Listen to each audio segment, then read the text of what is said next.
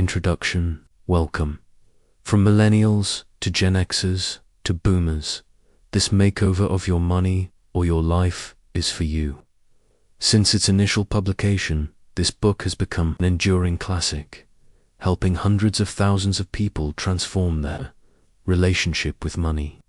The tools are evergreen, but the world has changed, and I've brought together the best team possible to make it relevant for today and many years to come. And for you. Of course you wonder, can it help you? Now, in your situation, can it help you get out of consumer debt, revive delayed dreams, get a place of your own, leave a job that doesn't suit you anymore, have enough money to afford some extras, increase your income, make the savings you have last longer, and even liberate you from working for money entirely? It can. Or, better said, you can if you use these tools. Because hundreds of thousands of people have indeed used these tools. I can. Make these promises. You'll spend less money and enjoy life more. You'll save more money than you ever thought possible.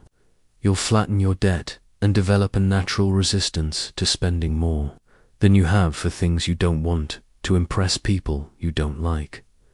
To paraphrase Robert Quillen, you'll have more time for what matters most. You'll learn a lot about yourself, relatively, painlessly. You'll be at ease talking about finances openly and honestly. You'll forgive yourself for your past money mistakes and get on with it. You'll save for retirement and get there, possibly a lot earlier than you can. Now, imagine. You'll put your life in service to your values rather than putting your time in service to money. Financial independence. The purpose of the 9-step program in this book is to transform your relationship with money and help you achieve financial independence. The result is liberating your most precious resource, your time, to make room for more happiness, more freedom, and more meaning. What does it mean to transform your relationship with money? It doesn't mean getting more money or less money. It means knowing how much is enough. Money for you to have a life you love, now and in the future. It means shifting from being a victim of money and the economy to making conscious choices. Anyone can do this. What do we mean by financial independence? At the most basic level, financial independence means no longer having to work for money. More than this, your money or your life takes you through a process of liberation that starts with freeing your mind from the illusion that buying stuff will make you happy or that more is always better. You see with such clarity the thoughts driving your money patterns that the patterns themselves evaporate. As you do the steps of the program, your debt melts away. With debt receding, you naturally build up savings. You no longer hit the panic button with unexpected expenses. Saving becomes a habit. You save more and more. Eventually, you can choose whether you work for love or money. This is how it's gone for many people and how it can go for you. As you read this book and work through the steps, you'll see that you need not be resigned to devoting the majority of your waking hours to making money. The 9-to-5 grind may be the societal default, but you can steer your life down different highways with off-ramps to your true calling and a more pleasing future. What will you do when you no longer have to work for money? You may not know right now, but by doing the suggested steps, you'll have enough clarity, focus, and confidence that the dreams waiting for you to find them will start to appear. As one fear our term for a person who has applied the steps to achieve financial independence says, this isn't really a book about money, it's a book about life. How this book came into being. Meet Joe Dominguez, the originator of this 9-step program. Latino by descent, raised on welfare cheese by a mother who never learned English, he grew up in Spanish Harlem in New York City. He was a runty guy and wicked. Smart. He couldn't use brawn to survive, so he became the brains of his gang. Learning to make explosives and plan strikes on rivals with successful getaways. His survival instinct was sharpened by necessity, and in part, your money or your life comes out of his canny ability to assess threats and opportunities and emerge from anything alive. As Joe saw it, the money system was like the welfare system and the justice system and the poverty system. How do I get through this on my own terms? In it, but not of it. He never graduated from college, but stumbled into a job in a Wall Street firm. Not satisfied to just learn the ropes, he analyzed the game, eventually developing some of the first tools of technical analysis in the early 1960s, when computers were the size of a city block. He did not invest his own money, but rather sold his expertise to one of the illustrious investment banking firms, and he saved with one goal in mind: retire by 30, exit the money game, be in life, not in the prison of a job. Joe and I teamed up in the 1970s in life and work.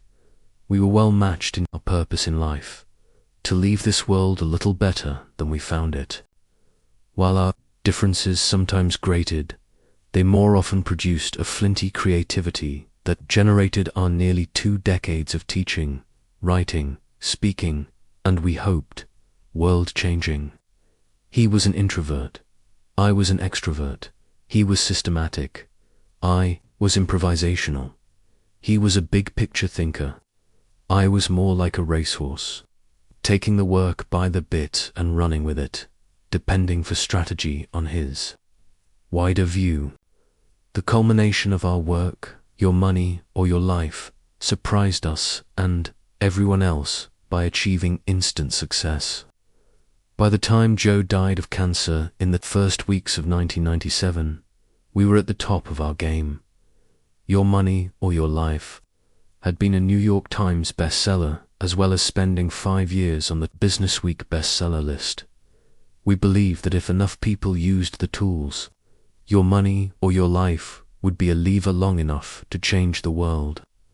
After Joe's passing, I continued the work with a strong eye toward movement, building, forming a common cause with the leaders of the flourishing simplicity movement and bringing our shared message to the halls of power and to global networks working on sustainability. By 2004, when I was diagnosed with my own spreading cancer, my racehorse was spent, and the lofty dream Joe and I had of transforming the way Americans think about, earn, spend, and save. Money had not really panned out, despite hundreds of thousands of grateful readers. I retired, moved to a village of 1,000 on an island in the Pacific Northwest, and turned my attention to making a difference here in this small patch of the planet. A dozen years later, though I heard the call again, I happened to be in a large circle of earnest people gathered to talk about money. Each in turn shared their confusion and fears. There was a well-off 80-year-old who did not know if he'd run out of money before he ran out of years, and a mid-career professional, in a rut but afraid to leave.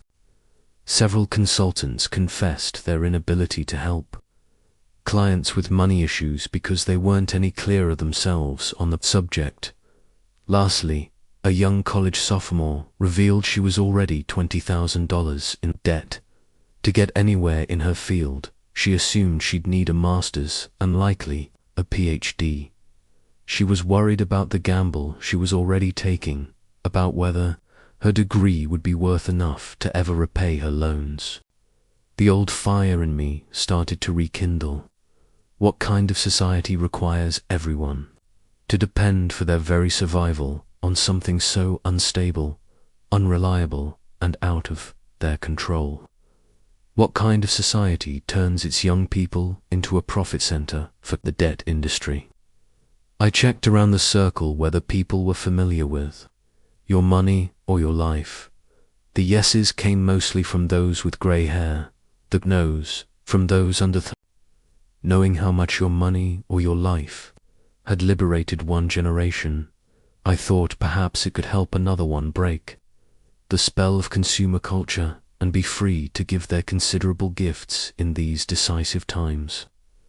That's when I sought out young people to help me understand their circumstances and perspectives, and when I discovered how far the FIRE, financial independence, retire early ideas had spread, with much encouragement from many friends, I undertook the careful work of updating a classic to be in tune with a new time.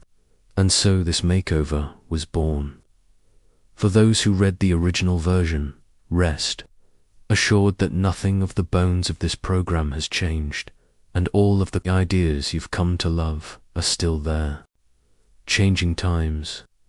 There's no denying, however, that you live in a very different reality from the one in which Joe Dominguez and I, Vicky Robin, became financially independent. Boomers entered a stable world created by parents who'd survived the Great Depression and World War II. Government institutions such as the progressive income tax and the GI Bill fostered a growing middle class and a sense of social cohesion. For those navigating the workforce in the 21st century, the corporate landscape has changed. Pensions are in their death throes, and the thought of retirement is a pipe dream for young and old alike. Nearly a fifth of all Americans over 65 depend solely on Social Security, with more than 50% getting half of their income from it.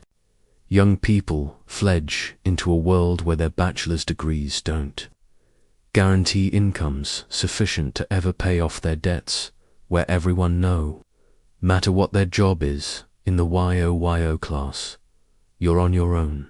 Today, more than at any time in history, the old rules have become fluid, enough that you can move freely wherever you want in location, in career, in your personal life, and in your purpose in life, no matter where you started.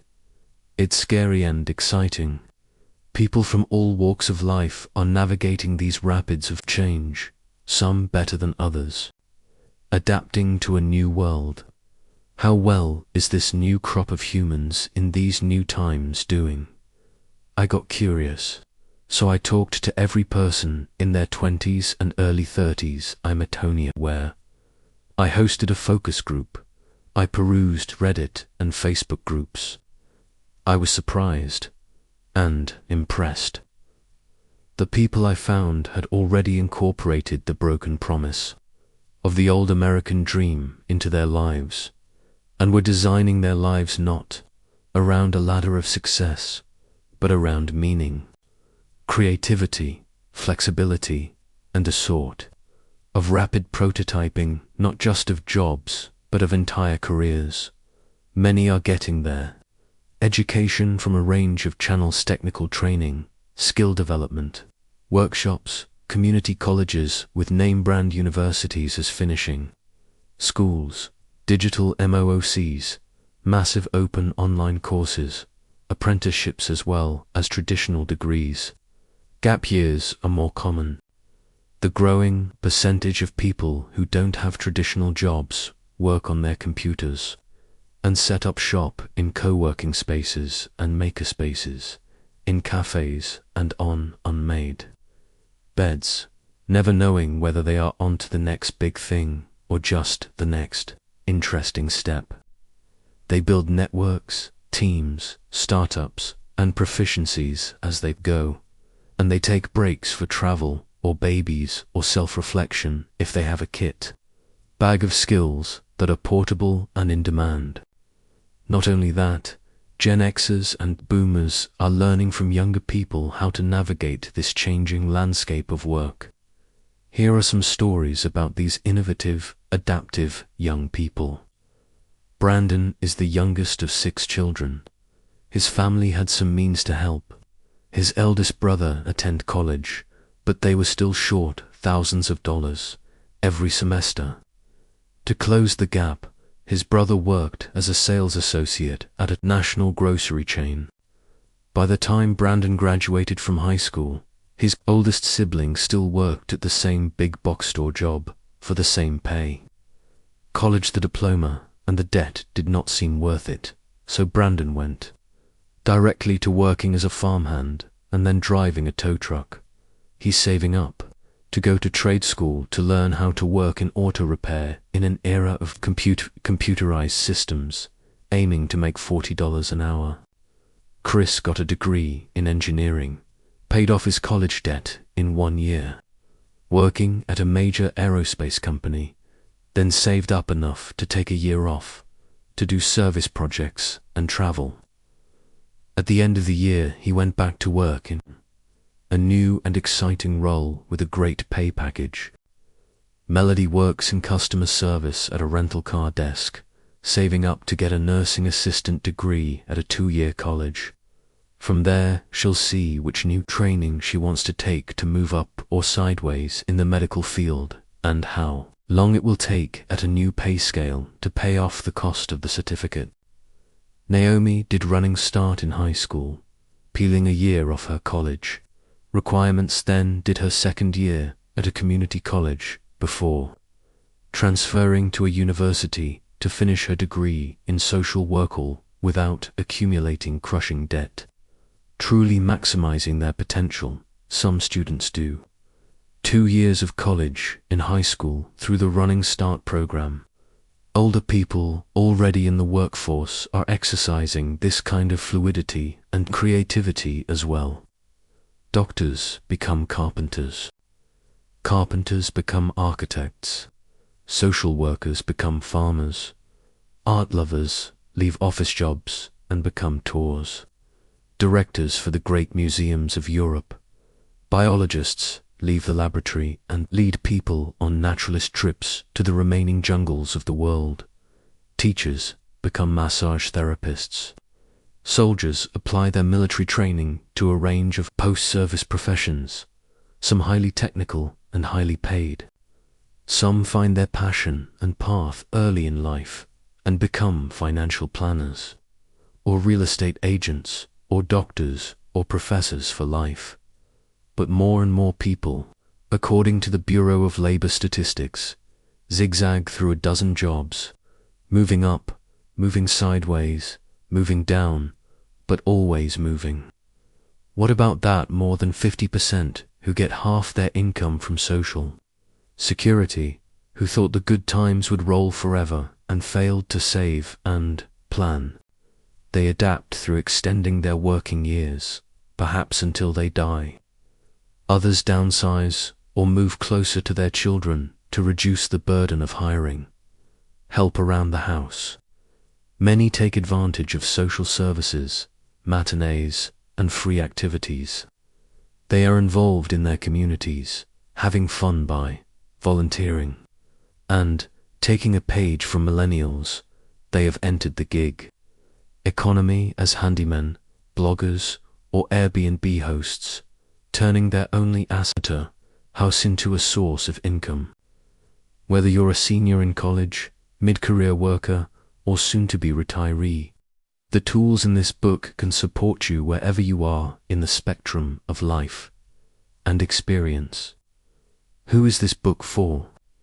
This program works for anyone who earns or spends money, not because anyone can be rich, but because everyone can discover for themselves how much is enough, and have that.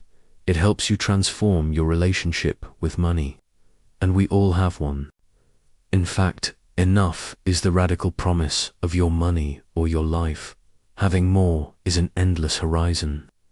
No matter how much you have, that voice of more would be better drives you to make acquisition the name of your game.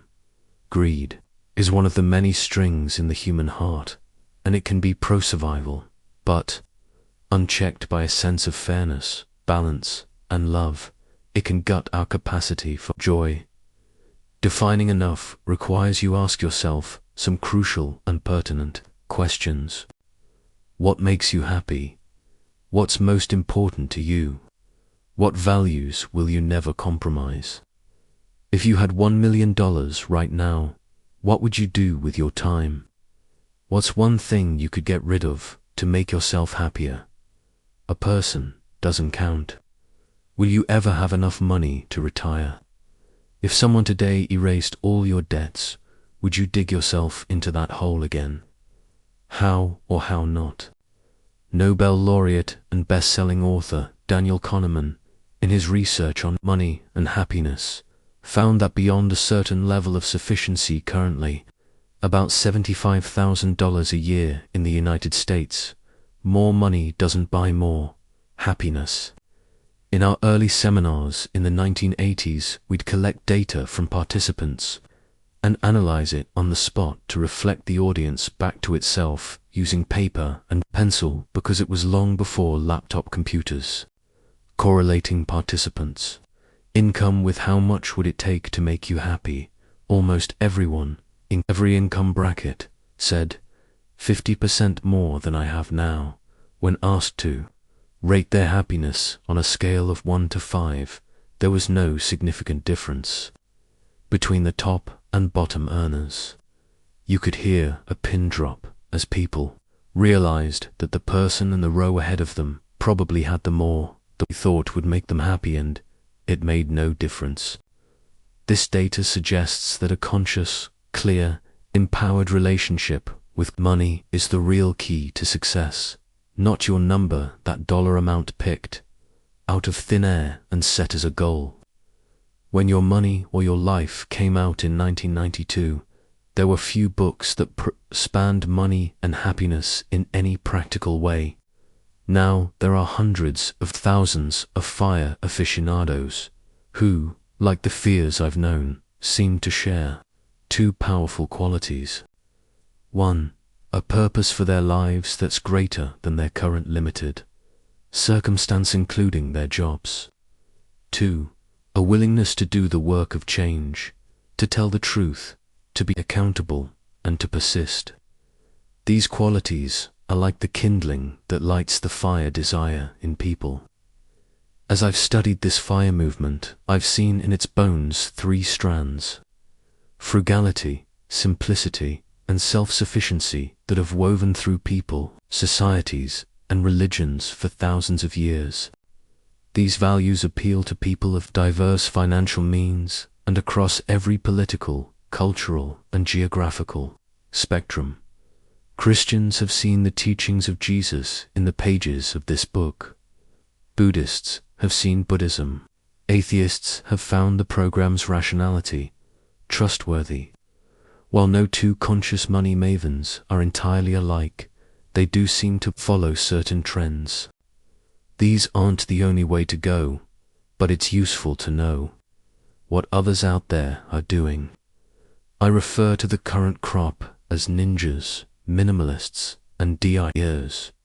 Ninjas, personal finance ninjas, love to run the numbers, optimize systems, exploit niches, study personal finance blogs, mess with investments, hack the system to get free flights and hotel stays.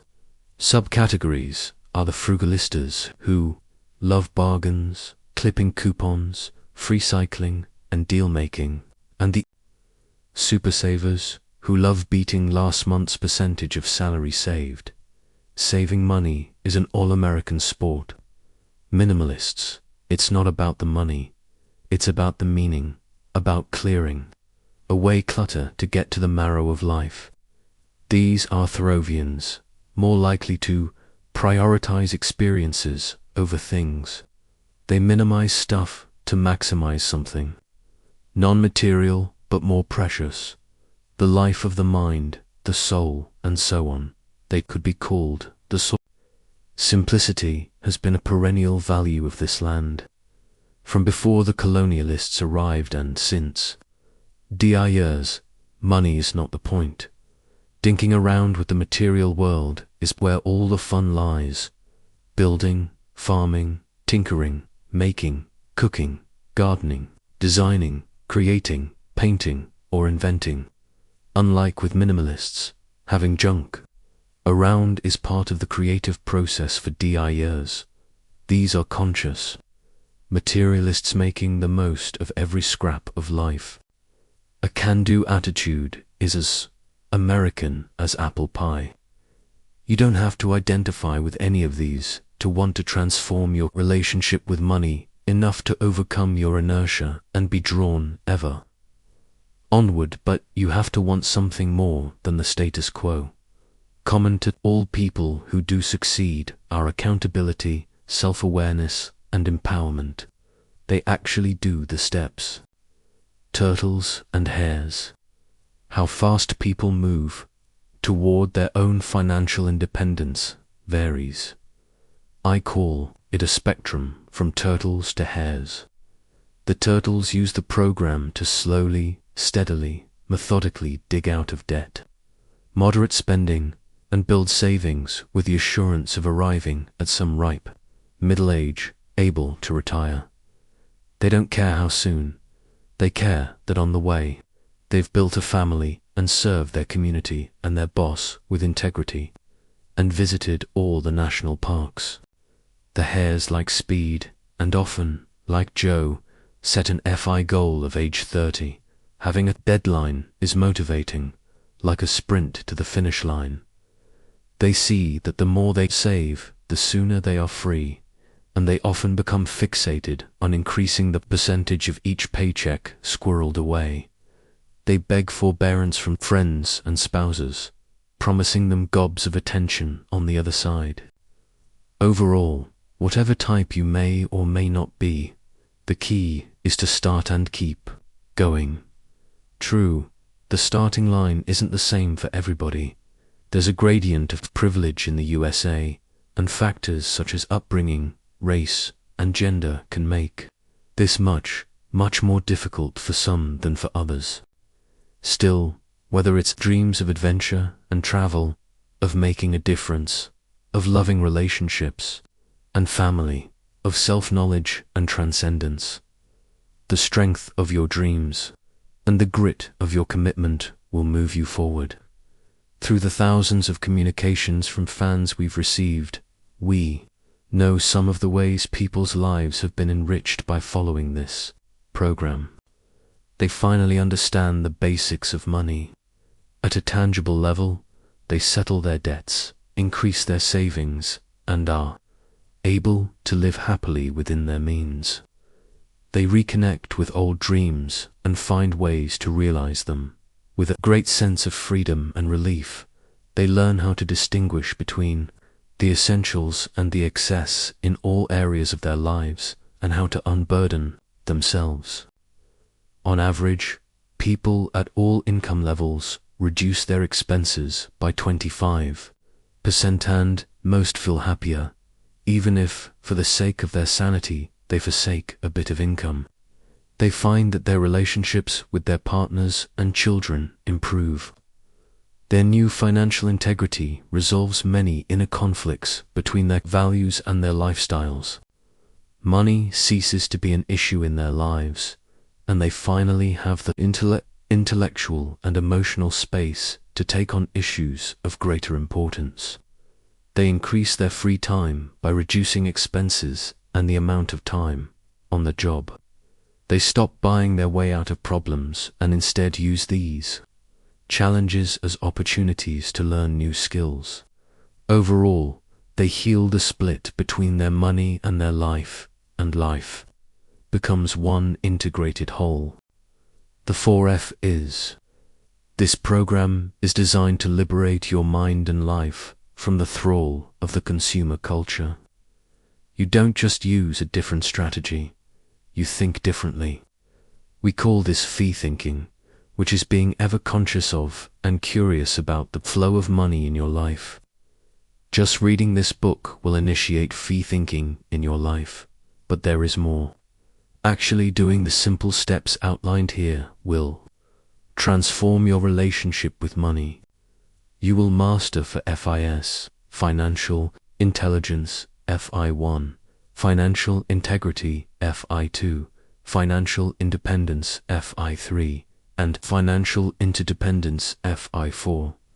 All of these will cascade naturally from applying these tools to the flow of money and stuff through your life. Financial intelligence. Financial intelligence is the ability to step back from your assumptions and emotions about money and observe them objectively. Does money really buy happiness? Does everyone really gotta make a living? Is money really something to fear or covet, to love or hate? If I sell the majority of my time for money, will I really be secure? Gaining financial intelligence begins with knowing how much money you already have earned, what you have to show for it, how much is coming into your life, and how much is going out. But that isn't enough. You also need to know what money really is and what you are trading for the money in your life. One tangible outcome of financial intelligence is getting out of debt and having at least 6 months of basic living expenses in the bank. If you follow the program presented in this book, it will lead inexorably to financial intelligence. Financial integrity. The dictionary defines integrity as 1. Firm adherence to a code of especially moral or artistic values. Incorruptibility. 2. An unimpaired condition, soundness. 3. The quality or state of being complete or undivided, completeness. Financial integrity is achieved by learning the true impact of your earning and spending, both on your immediate family and on the planet. It is knowing what is enough money and material goods to keep you at the peak of fulfillment, and what is just excess and clutter. It is having all aspects of your financial life in alignment with your values. If you follow the program presented in this book, it will lead inexorably to financial integrity. Financial independence. Financial independence encompasses a lot more than having a secure income. It is also independence from crippling financial beliefs, crippling debt, and a crippling inability to manage modern conveniences. Financial independence is anything that frees you from a dependence on money to handle your life. Financial interdependence. Along the way you realize that the independence we crave is a separation from dead-end routines, jobs, relationships, and ways of thinking, not from one another. Our happiest moments come from love and contribution, and we want more time for what makes life truly meaningful.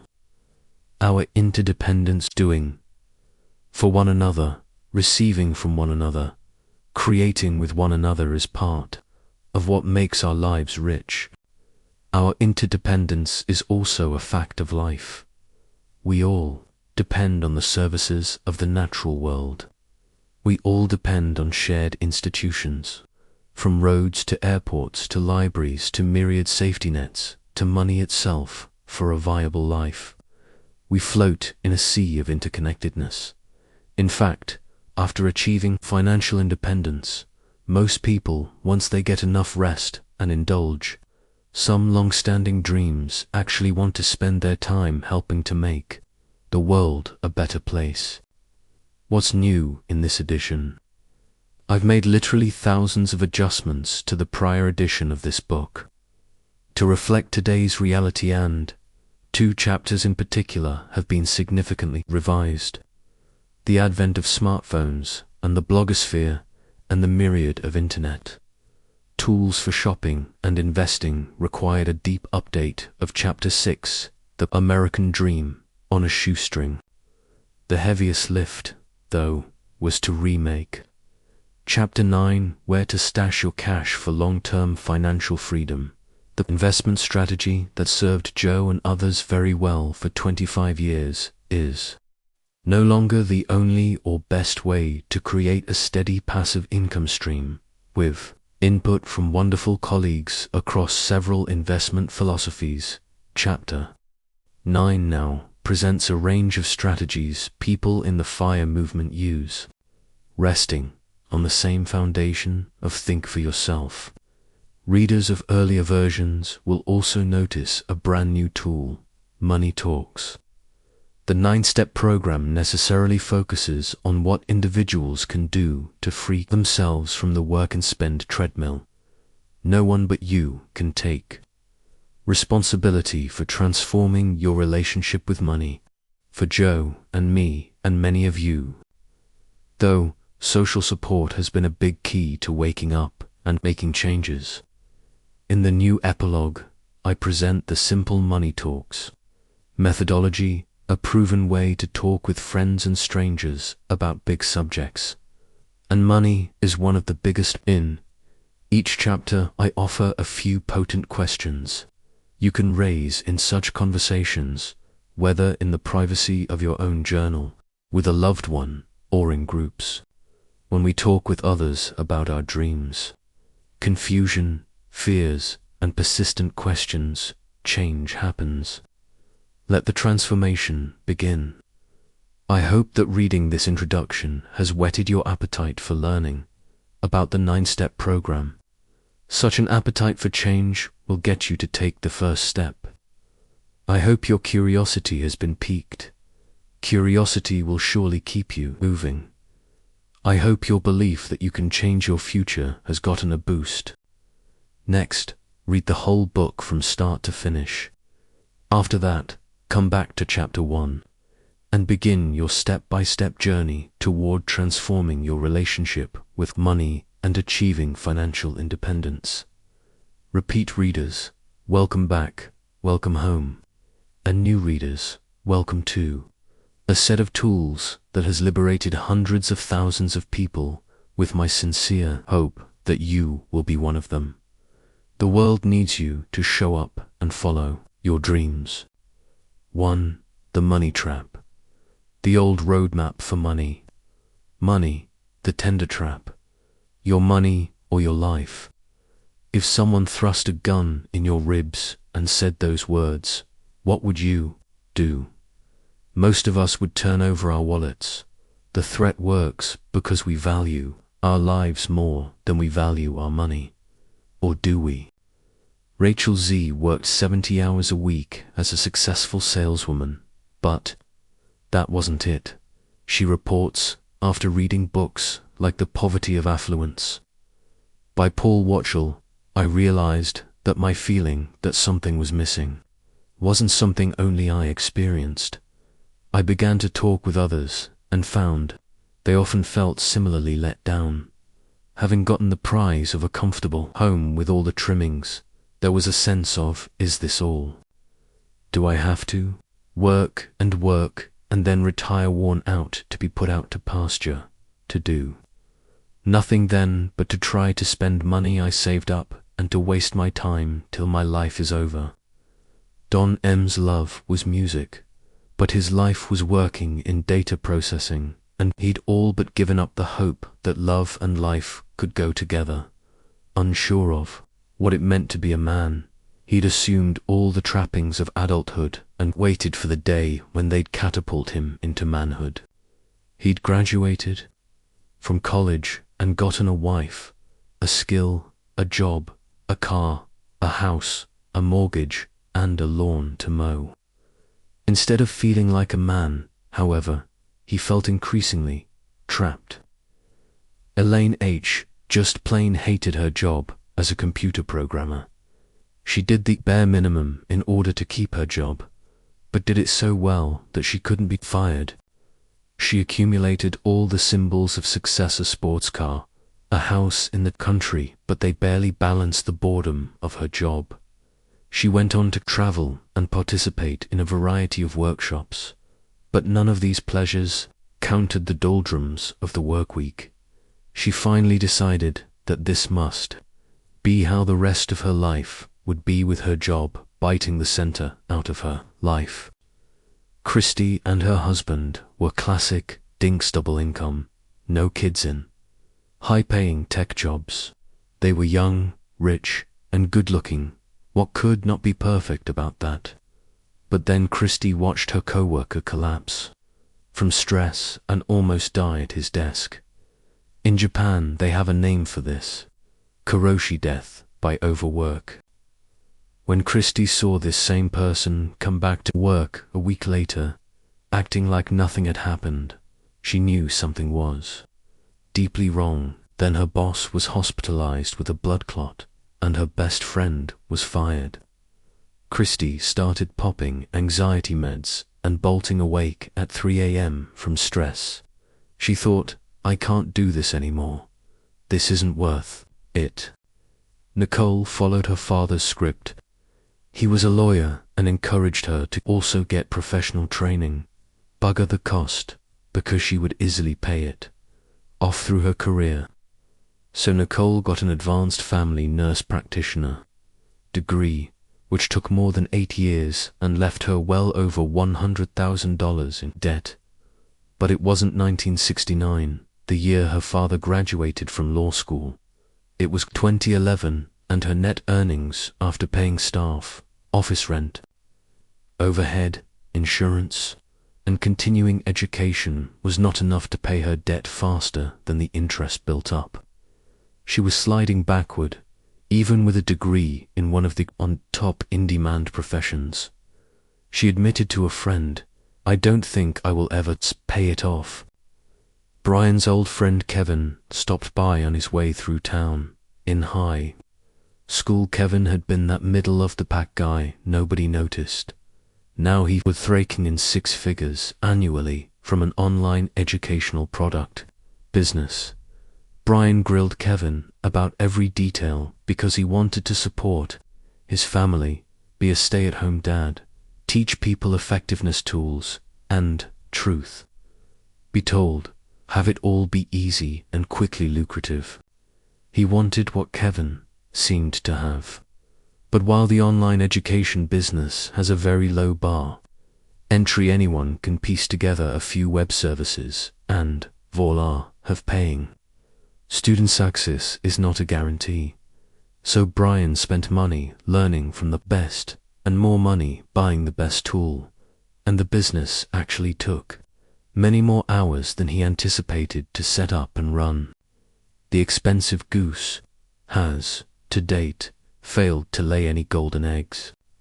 Even though some people really like their jobs, very few of us can say with honesty that our work lives are perfect. The perfect work life would offer enough challenge to be interesting, enough ease to be enjoyable, enough camaraderie to be nourishing, enough solitude to be productive, enough hours at work to get the job done, enough leisure to feel refreshed, enough contribution to feel needed, enough silliness to have fun.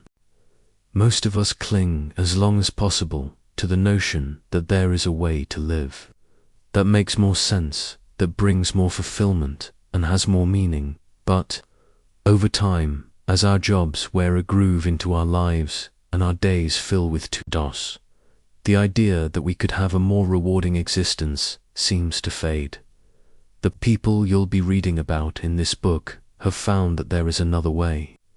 There is a way to live an authentic, productive, meaningful life and have all the material comforts you want or need. There is a way to balance your inner and outer lives, to have your job self be on good terms with your family self and your deeper self. There is a way to go about the task of making a living so that you end up more alive. There is a way to approach life so that when asked, your money or your life, you say, I'll take both, thank you. We aren't making a living, we're making a dying. For so many working people, however, from people who love their work to those who barely tolerate their jobs, there seems to be no real choice between their money and their lives. What they do for money dominates their waking hours, and life is what can be fit into the scant remaining time. Consider the average worker in almost any urban industrialized city. The alarm rings at 6:45, and our working man or woman is up and at it.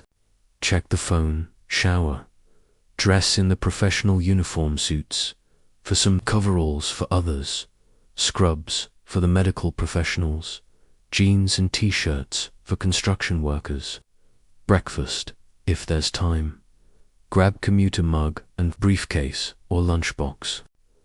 Hop in the car for the daily punishment called rush. Hour or get on a bus or train packed crushingly tight. On the job from 9 to 5 or longer, deal with the boss.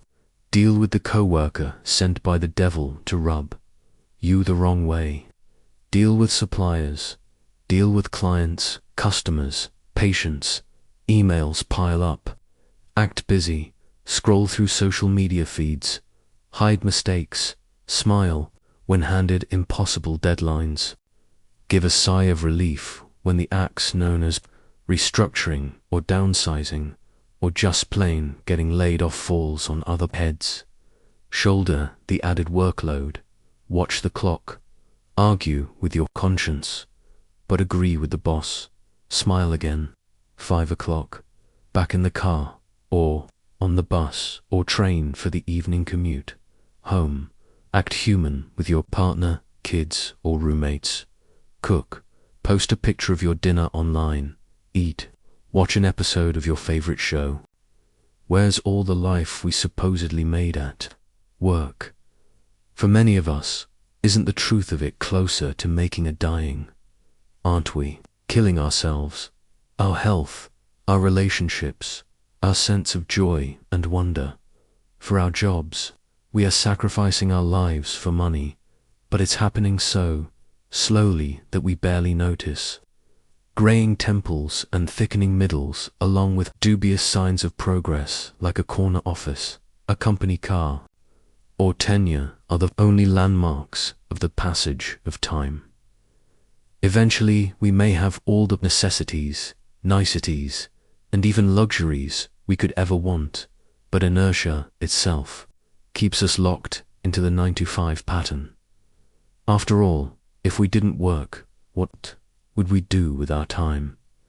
The dreams we had of finding meaning and fulfillment through our jobs have faded into the reality of professional politics. Burnout, boredom, and intense competition. That sense of wonder we had as children. That sense of mission we had in college. Those times when love connected our hearts to all beings great and small, are forgotten or filed under. We were so young. Even those of us who like our jobs and feel we're making a contribution have a sense that there is a larger arena we could enjoy, one that is beyond the world of 9 to 5, the fulfillment that would come from doing work we love with no limitations or restraints and no fear of getting fired and joining the ranks of no limitations or restraints and no fear of getting fired and joining the ranks of the unemployed. How many times do we think or say, I would do it this way if I could, but the board members of the Zilch Foundation want it done their way? How much have we had to compromise our dreams in order to keep our funding or our jobs? We think we are our jobs, even if we were financially able to turn our backs on jobs that limit our joy and insult our values. We are all too often psychologically unable to free ourselves. We take our identity and our self-worth from our jobs. Our jobs have replaced family, neighborhood, civic affairs, church, and even partners as our primary allegiance, our principal source of love and site of self-expression. Reflect on that for yourself. Think about how you feel when you respond to that getting to know you. Question, what do you do?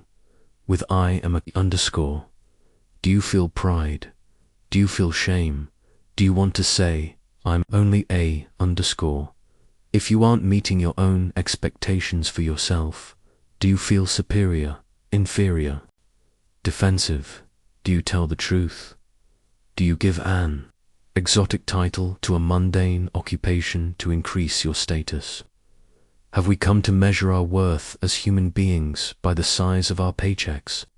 When swapping tales at high school reunions, how do we secretly assess the success of our peers? Do we ask whether our classmates are fulfilled, living true to their values, or do we ask them where they work, what their positions are, where they live, what they drive? and where they are sending their kids to college. These are the recognized symbols of success. Along with racism and sexism, our society has a hidden hierarchy based on what you do for money. That's called jobism, and it pervades our interactions with one another on the job, in social settings, and even at home. Why else would we consider stay-at-home mums second-class citizens, or consider teachers lower status than doctors, even though their desk-side manner with struggling students has equal merit to many doctors' bedside manner with the ill and dying? Whether we realize it or not, our daily interactions involve the unconscious sizing up of how each of us makes a living. The high cost of making a dying. Psychotherapist Douglas Lobier documented this social disease in his book, Modern Madness. The steady stream of successful professionals who showed up in his office with exhausted bodies and empty souls alerted him to the mental and physical health hazards of our regard for materialism. Lobier found that focusing on money, position, success at the expense of personal fulfillment and meaning had led 60% of his sample of several hundred to suffer from depression, anxiety, and other job-related disorders, including the ubiquitous stress. Even though the official work week has been pegged at 40 hours for nearly half a century, many professionals believe they must work overtime and weekends to keep up. A 2015 study from the Organization for Economic Cooperation and Development, OECD, discovered that nearly 12% of Americans are working 50 or more hours per week. In addition, a conference board study of the same year found that less than half of Americans are satisfied with their jobs. We are working more, but enjoying life less. The result? We have developed a national disease based on how we earn money. What do we have to show for it? Even if we aren't any happier, you'd think that we'd at least have the traditional symbol of success, money in the bank. Not so. Our savings rate has actually gone down. According to the U.S. Bureau of Economic Analysis, the U.S. personal savings rate has hovered around 5% over the past 4 years, up from a low of less than 2% in 2007, but down from the pre-1980 days, when Americans saved well over 10%. Making matters worse are stagnating wages for the vast majority of Americans, while those on top and the corporations they work for continue lining their pockets. Wealth is siphoned from individuals at the bottom. In a 2016 report, the Economic Policy Institute discovered that wages for the lowest 70% of workers had grown a marginal 5.3% since 2000, while the poorest 10% of Americans saw only a 2.2% improvement in pay. How did the highest wage earners fare over that time period? Since the turn of the millennium, the 90th and 95th percentile of wage earners experienced 15.7% and 19.8% growth, respectively. With relatively lower wages and less savings, our level of debt has gone up, way up. By late 2017, consumer debt had topped $3.7 trillion, more than double the total at the end of 2000. That's more than $11,000 for every man, woman, and child in the country. Debt is one of our main shackles.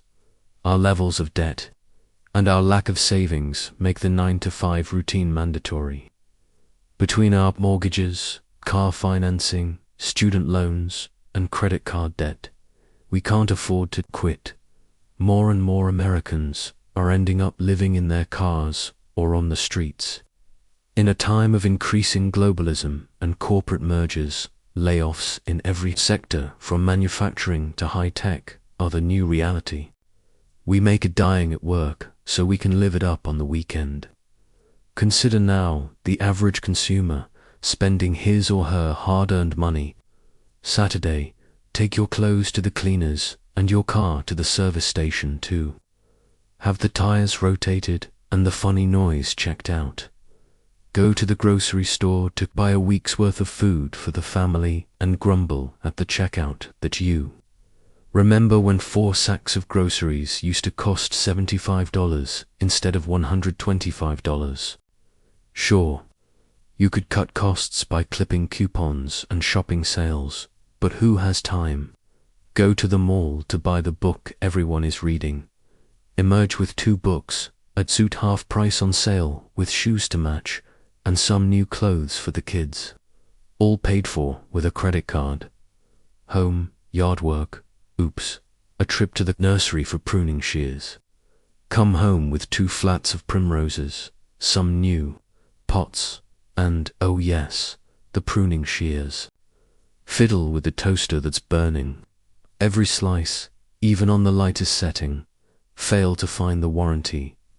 Go to the home improvement store to buy a new one. Come out with shelves and brackets for the den, color samples for painting the kitchen, and, oh yes, the toaster. Dinner, out with your partner, leaving the kids with a sitter. Sunday morning, pancakes. For the whole family, oops, no flour. To the grocery store for flour. Come home with frozen strawberries and blueberries for the pancakes, maple syrup, Sumatra coffee, and, oh yes, the flour. Take the family to the lake for a swim. Buy gas, wince at the price. Drive to a cute restaurant in the country, paying for dinner with the credit card. Home. Spend the evening watching TV, allowing the ads to float you on fantasies of the really good life available if you'd only buy a Porsche or an exotic vacation or a new computer or... The bottom line is that we think we work to pay the bills, but we spend more than we make on more than we need, which sends us back to work to get the money to spend to get more stuff that sends us back to work again. What about happiness? What about happiness? If the daily grind were making us happy, the irritations and inconveniences would be a small price to pay. If we could believe that our jobs were actually making the world a better place, we would sacrifice sleep and social lives without feeling deprived. If the extra toys we buy with our toil were providing anything more than momentary pleasure and a chance to one-up others, we'd spend those hours on the job gladly. But it is becoming increasingly clear that beyond a certain minimum of comfort, money is not buying us the happiness we'd seek. Participants in our early life seminars, whatever the size of their incomes, always said they needed more to be happy. We included this exercise in our seminars. We asked people to rate themselves on a happiness scale of 1 miserable to 5 joyous, with 3 being can't complain, and we correlated their ratings with their incomes in a sample of more than 1,000 people. From both the United States and Canada, the average happiness score was consistently between 2.6 and 2.8, not even a 3. Whether the person's income was under $1,500 a month or over $6,000 a month, the results astounded us. They told us that not only are most people habitually unhappy, but they can be unhappy no matter how much money they make. Even people who are doing well financially are not necessarily fulfilled. On those same worksheets, we asked our seminar participants, how much money would it take to make you happy? Can you guess the results? It was always more than I have now. So here we are, the most affluent society that has had the privilege to walk the face of the earth, and we're stuck with our noses to the grindstone, our lives, in a perpetual loop between home and job, and our hearts yearning for something that's just over the horizon or perhaps entirely out of reach. Prosperity and the planet. If this was just a private hell, it would be tragedy enough, but it's not. Our affluent lifestyles are having an increasingly devastating effect on our planet. In 1987, the United Nations World Commission on Environment and Development warned that consumption patterns in the developed world were one of the primary engines driving global environmental damage. Since that time, however little in our lifestyles has changed, except better technology to impulse shop, our failure to change is not from a lack of warning. Some tune out the data entirely, but even if we watch the news, we don't know what to believe anymore, or why we should care. Environmentalists have been trying to make the data feel vivid and personal, so that we can feel the planet heating the way we feel chilly when the temperature drops. The ecological footprint, a metric distributed by the Global Footprint Network, measures everything we buy from cars to sofas in terms of how much of the Earth's resources are embodied in that purchase. You can take a quiz about your consumption and see what your footprint is. Even careful, conscious North Americans would learn that if everyone consumed the way they do, we'd need for Earth's, but we have only one. Every year, in partnership with the World Wildlife Fund, the Global Footprint Network announces Earth Overshoot Day, the annual date when we've collectively used up the resources our planet can renew in a single year before going into ecological debt. In 1971, Earth Overshoot Day fell on December 21st. 10 years later, it was November 12th. Then, October 11th in 1991. In 2001, it fell on September 23rd. On and on, earlier and earlier. In 2016, it was August 3rd. Check it out. What is it now? The Earth's stores are Mother Nature's cupboard.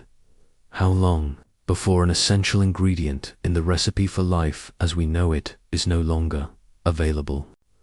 When we go into personal debt, we might lose our car, our house, or our ability to borrow at all.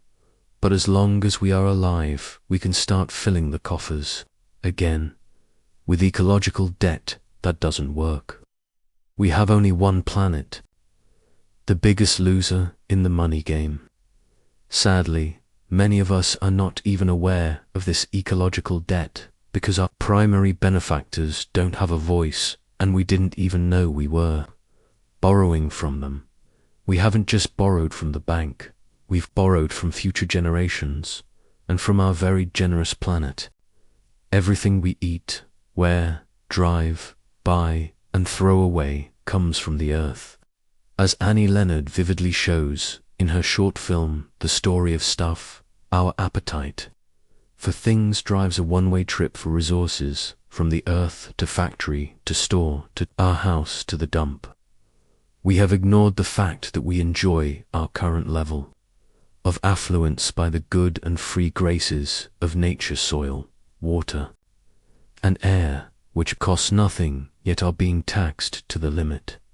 As civilized and advanced as we may have become, we still depend on breathable air, potable water, and fertile soil for our daily existence. No matter how often these facts are repeated, however, we don't seem able to put the brakes on our consumption. Corporations have little incentive to encourage us to consume less. Politically, it's still suicidal to propose consumptional limiting legislation, and personally, until everyone changes, few are willing to sacrifice. The only way green corporations, local governments, and non-profit organizations have been able to change us at all is to convince us that the three sirens of consumerism, comfort, control, and convenience are better served by products that demand less from the earth.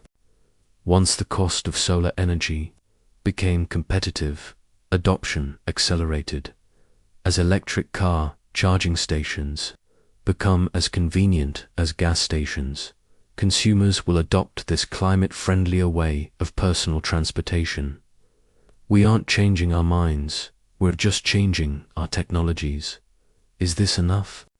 Not according to Robert Ornstein and Paul Ehrlich. In their book, New World, New Mind, they point out that our minds were designed to respond well to short-term threat stickers and fires, and the whites of our enemies' eyes. In today's world, however, piling debts, personal and national and environmental threats like climate change are building up so slowly that the part of our minds made to respond to harm can't register the danger. We must, Ornstein and Ehrlich contend, learn to react to the early warnings of sophisticated environmental measurements with the same vigor with which we used to climb trees to escape the jaws of a tiger. Some consumers are motivated to change. They look at these ecological trends and become early adopters of green energy innovations. You may be one of them. But virtue isn't enough to accelerate the pace of change. As you will see, breaking the hold of the more is better myth on your mind means you will change because you want to, not because you have to. You will also gain those status points for being one of the first to adopt what everyone comes to know is the best, smartest, and optimal way to go. You will see clearly that making up, dying, and having it all are not the only or best ways to make a life, and you will free yourself. Is more better. Many of us are out there making a dying because we've bought into the pervasive consumer myth that more is better. We build our working lives on this myth of more. Our expectation is to make more money as the years go on. We will get greater responsibility and more perks as we move up in our field. Eventually, we hope we will have more possessions, more prestige, and more respect from our community. We become habituated to expecting ever more of ourselves and ever more from the world. But rather than satisfaction, our experience is that the more we have, the more we want, and the less content we are with the status quo.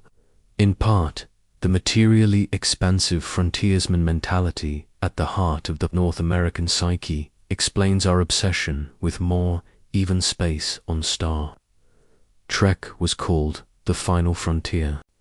The West was won or lost, depending on your point of view through the political sales pitch of manifest destiny. For Americans and increasingly for consumers in other nations, this more is better motto leads us to trade in our car every 3 years, buy new clothes from every event and every season, get a bigger and better house every time we can afford it, and upgrade everything from our TV to our smartphone simply because a new version has been released. All this stuff isn't just taking a toll on the earth. National Opinion Research Center surveys reveal that the percentage of Americans who describe themselves as very happy has been steadily declining since the late 1950s.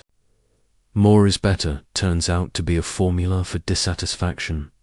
If you live for having it all, what you have is never enough. In an environment of more is better, enough is like the horizon always receding. You lose the ability to identify that point of sufficiency at which you can choose to stop.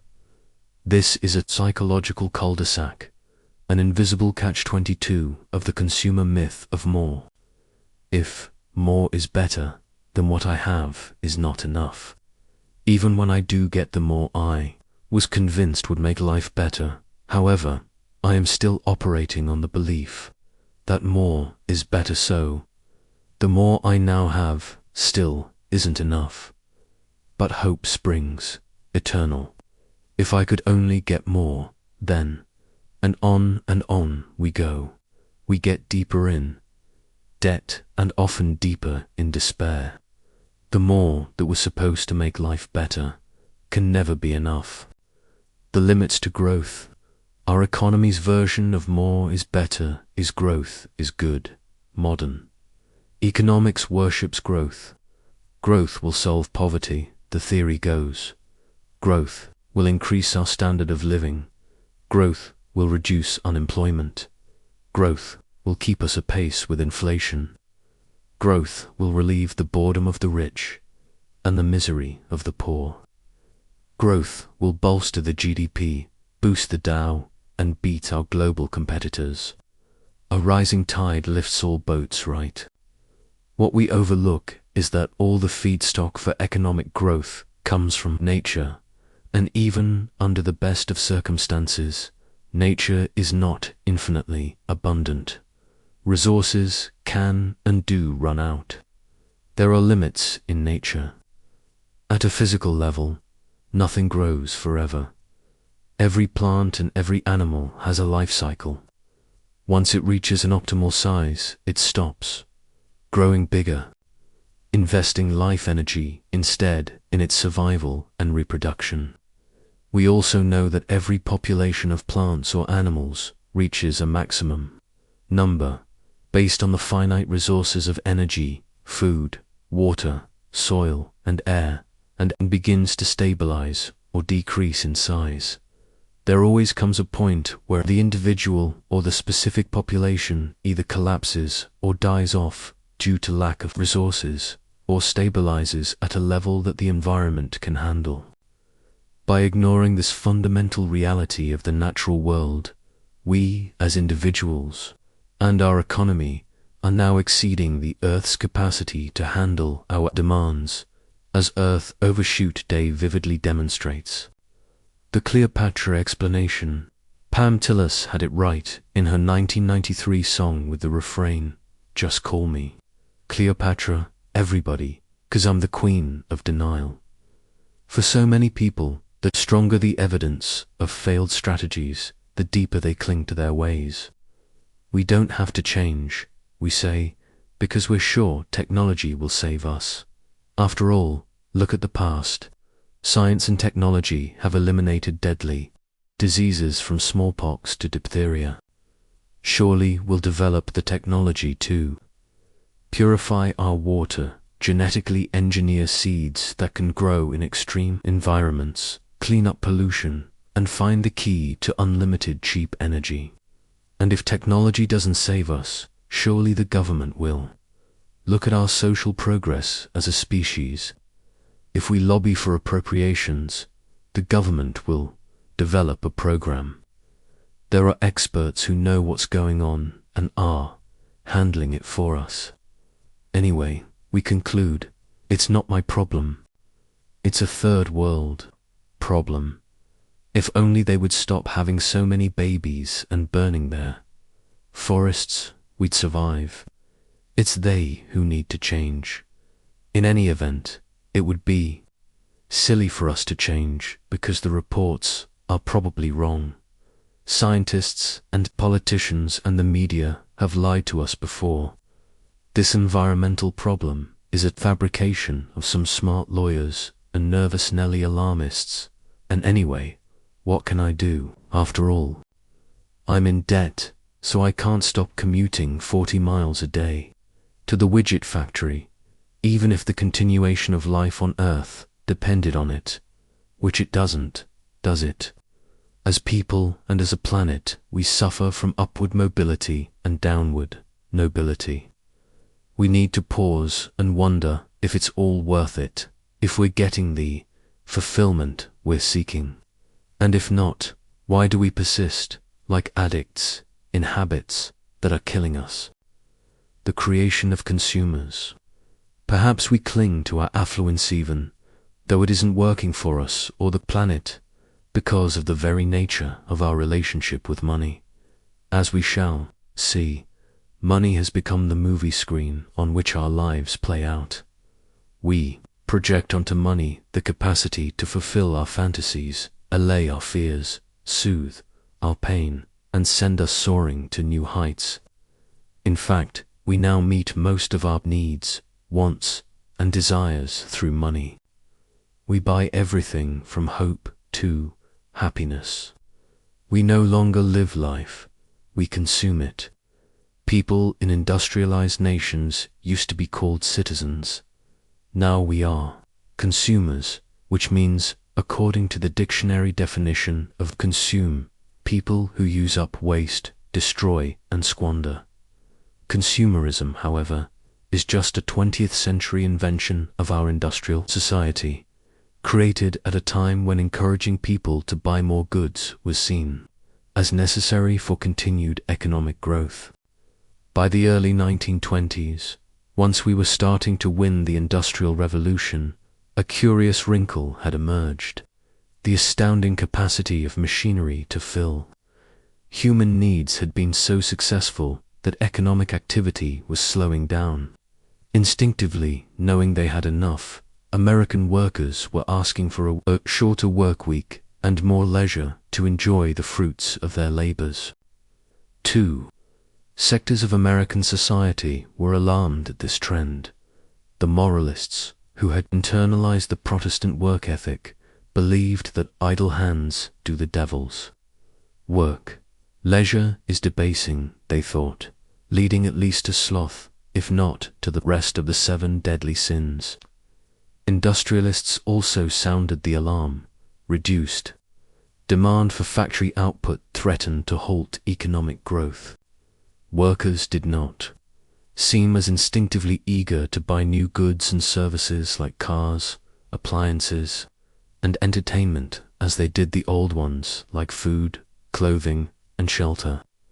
The alternative to growth, however, was seen not as maturity but as the precursor to the stagnation of civilization and the death of productivity. New markets were needed for the expanding cornucopia of goods that machines could turn out with such speed and precision, and for the continued profit of the industrialists. And here's the stroke of genius: these new markets would consist of the same populace, but the people would be educated to want not only what they needed but also new things that they didn't need. Enter the concept of standard of living. A new art, science, and industry dubbed marketing was born to convince Americans that they were working to elevate their standard of living rather than to satisfy basic economic needs. In 1929, Herbert Hoover's Committee on Recent Economic Changes published a progress report on this new and very welcome, he believed, strategy. The survey has proved conclusively what has long been held theoretically to be true, that wants are almost insatiable, that one want satisfied makes way for another. The conclusion is that economically we have a boundless field before us, that there are new wants which will make way endlessly for newer wants, as fast as they are satisfied. Our situation is fortunate, our momentum is remarkable. Instead of leisure being simply relaxed activity, it was transformed into an opportunity for increased consumption, even consumption of leisure itself, as in travel and vacations, Henry Ford concurred.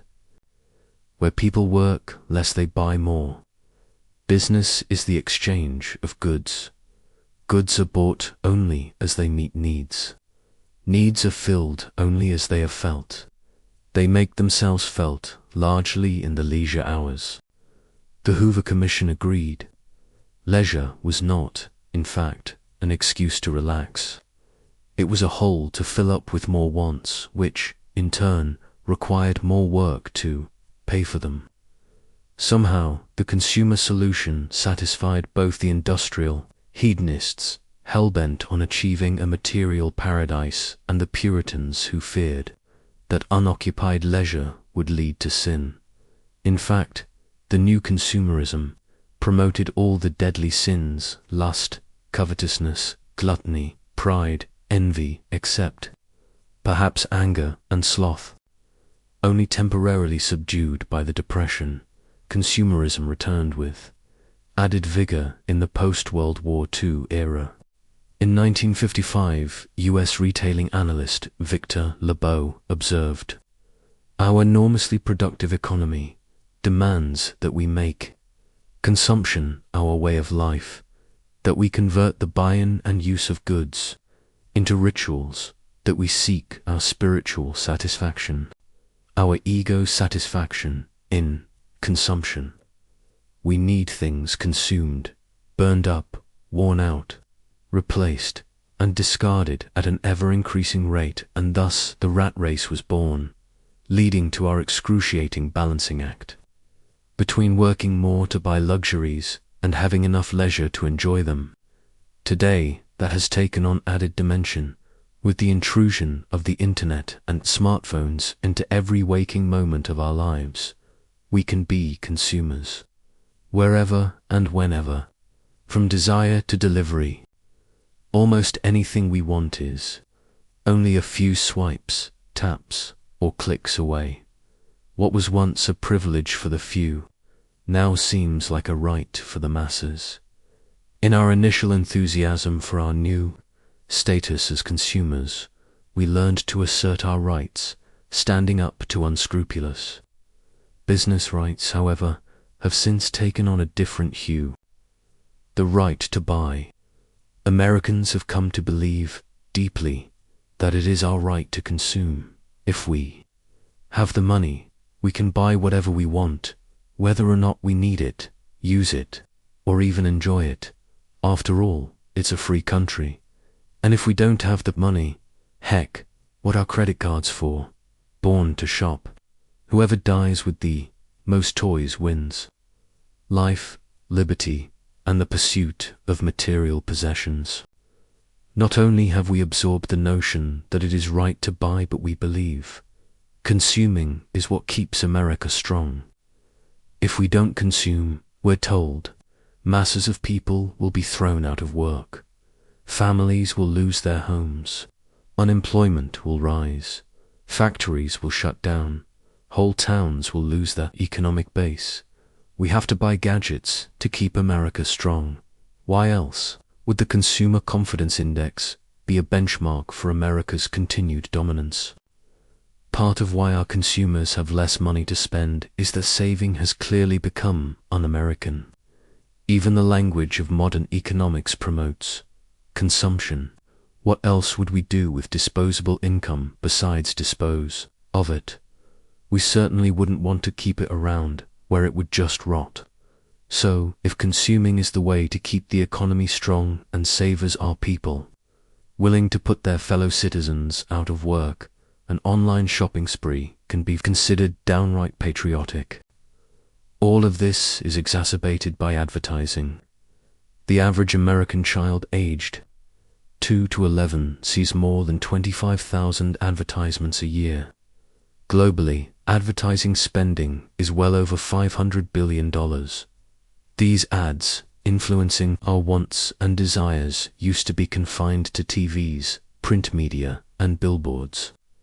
But in the digital age, they follow us everywhere.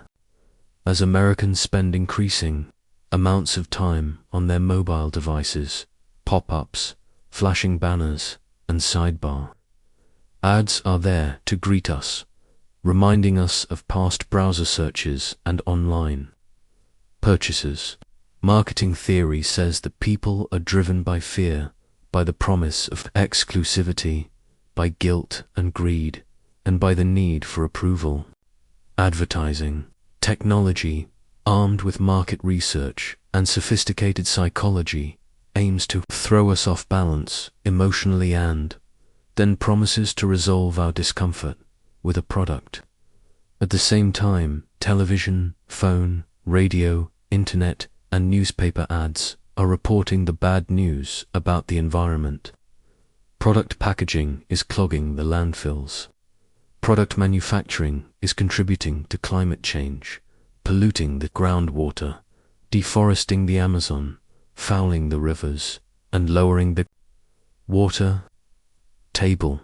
If I wear clothes made from conventionally grown cotton, I'm encouraging massive pesticide use. If I wear synthetic fabrics, I use fossil fuels.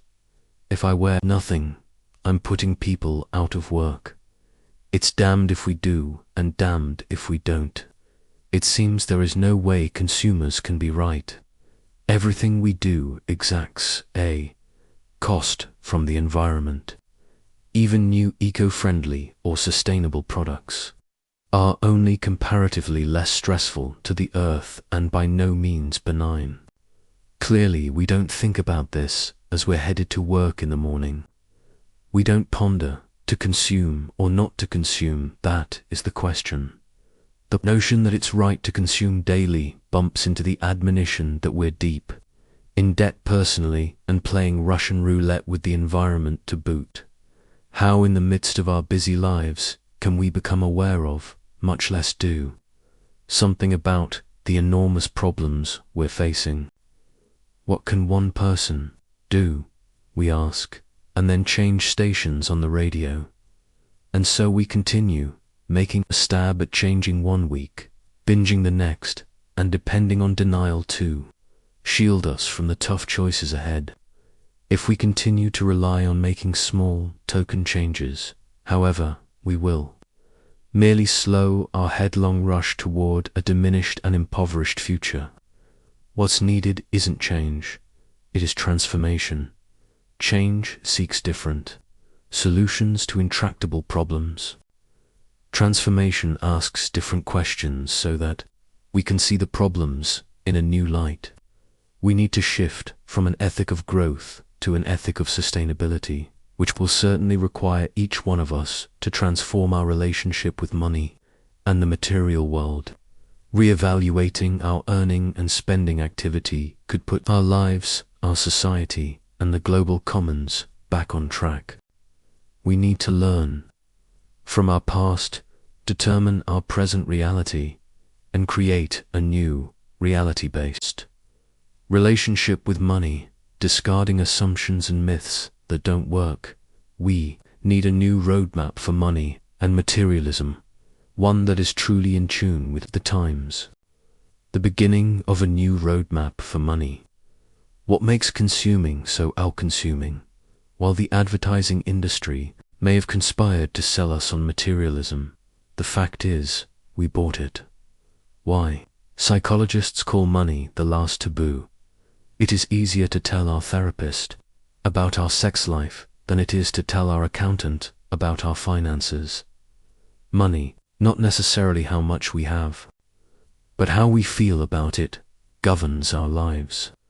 As much as, or more than any other factor, aside from complaining or gossiping. Money as a legitimate and interesting topic just doesn't come up between friends, or even between partners. Why not? What do we stand to lose by having an honest talk about money? Patterns of belief. To begin to understand this, we need to understand a bit about the human mind. Numerous sources, from modern brain researchers to ancient Eastern philosophers, seem to agree on the basic notion that the mind is a pattern-making and pattern-repeating device. Rather than having a fixed behavioral response for every stimulus, as some animals do, humans tend to create patterns of response. Some come from personal experience, primarily in the first 5 years of life. Some are genetic, some are cultural, some seem to be universal. All of them are there, presumably, to increase our chances of survival. Once a pattern is recorded, once it's been tested and deemed useful for survival, it becomes very hard to change. We salivate to the smell of sorting onions, step on the brakes at the sight of a red light, and pump adrenaline when someone yells, "Fire." Clearly we couldn't survive if we didn't have these huge libraries of interpretations coupled with behaviors. But here's the problem.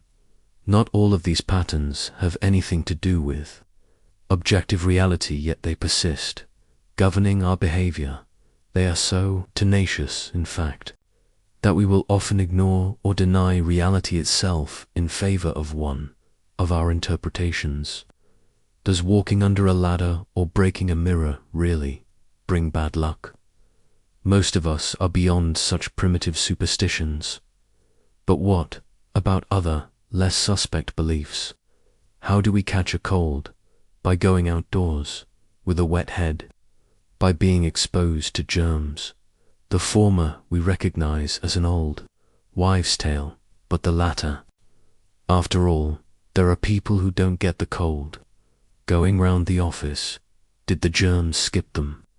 Could the germ theory be just a modern superstition? Which of our beliefs will look quaint to future generations? What do our actions say?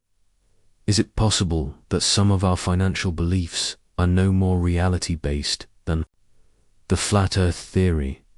Could that be true? What does our financial behavior reveal about our superstitions? Are we willing to outgrow these the way we outgrew the conviction that there were monsters under our childhood beds? For example, while we might vigorously maintain that we know money can't buy happiness and the best things in life are free, honesty requires that we look deeper. Our behavior tells a different story. What do we do when we are depressed, when we are lonely, when we feel unloved? More often than not, we buy something to make us feel better: a new outfit, a drink or two, a new car, an ice cream cone, a trip to Hawaii, a goldfish, a ticket to the movies, a bag of Oreos or two. When we want to celebrate good fortune, we buy something: a round of drinks, a catered wedding, a bouquet of roses, a diamond ring. When we are bored, we buy something: a magazine, a cruise, a mobile app, a bet on the horses. When we think there must be more to life, we buy something: a workshop, a self-help book, a house in the country, a condo in the city. None of this is wrong. It's just what we do. We have learned to seek external solutions to signals from the mind, heart, or soul that something is out of balance. We try to satisfy essentially psychological and spiritual needs with consumption at a physical level. How did this happen? Here's an illustration. The fulfillment curve. The fulfillment curve shows the relationship between the experience of fulfillment and the amount of money we spend usually to acquire more possessions. In the beginning of our lives, more possessions did indeed mean more fulfillment. Basic needs were met. We were fed, we were warm, we were sheltered. Most of us don't remember the fear of cold and hunger that was remedied by just a blanket and a breast butt. We all went through it. When we were uncomfortable, when we cried, something came from the outside to take care of us. It seemed like magic. Our needs were filled. We survived. Our minds recorded each such incident and remembered, have a need. Let that mysterious magic need-filling machine know what you need. Cry, cry louder, grab, wave your hands, ask if you have words. Whatever works, and it will deliver it, and you will return to happiness. Need. Look outside yourself. Get stuff. Get fulfillment. We then went from bare necessities, food, clothing, shelter, to some niceties. Toys, a wardrobe, a bicycle, and the positive relationship between new things and fulfillment became even more deeply embedded. Remember your excitement as a child when you got a toy you'd been dying for.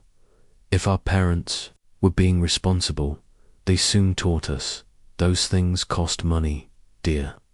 Money that we go out and earn for you because we love you. Our new rule, need. Look outside yourself.